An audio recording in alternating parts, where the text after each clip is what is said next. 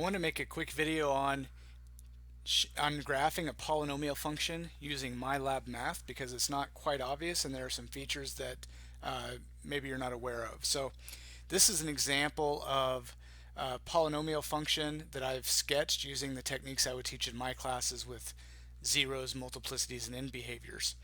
And so if you've got this rough sketch of a graph and you need to put it in MyLab math, it could present some problems. In MyLab, for a cubic polynomial, you need 4 points. And if one of my students were graphing this, the only 2 points they would know that are specific are the x-intercepts, negative 2/3, 0, and 1, 0.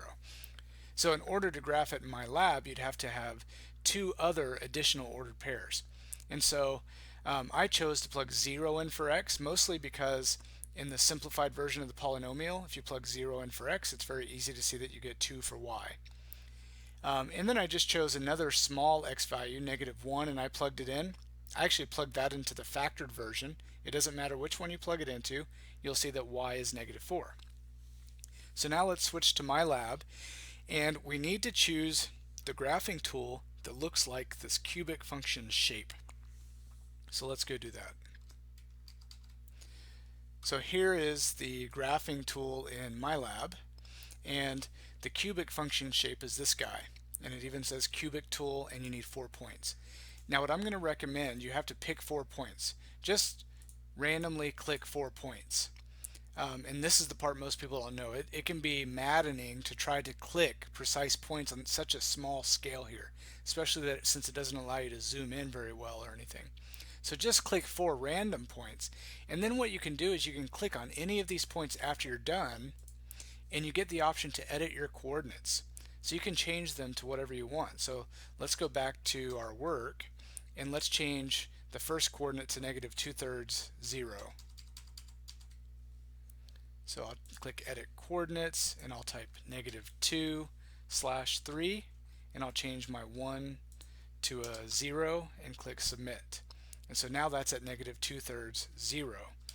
Going back to the work, the next point I'll use is 1, 0. So let's see if I can select. So that one's negative 1, 0. I want to change it to 1, 0. There we go. So I've got negative 2/3, 0. I've got 1, 0. I still need 0, 2. So let's change this guy here to 0, 2.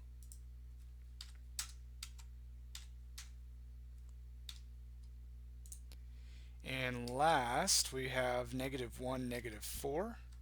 So I'll change this guy to negative 1, negative 4.